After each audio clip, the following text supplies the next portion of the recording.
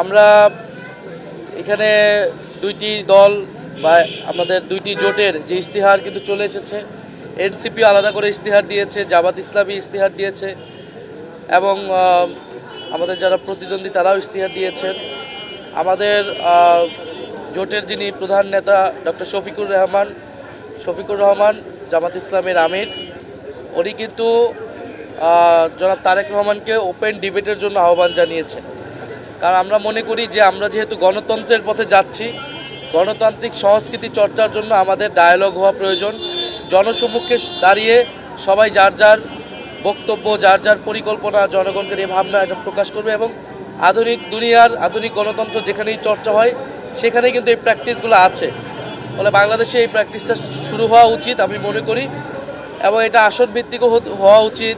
এটা ন্যাশনাল লেভেলেও এই ডিবেট হওয়া উচিত, জনগণ দেখুক যে মানুষ তাদের জন্য কী চায়। আমি মনে করি যদি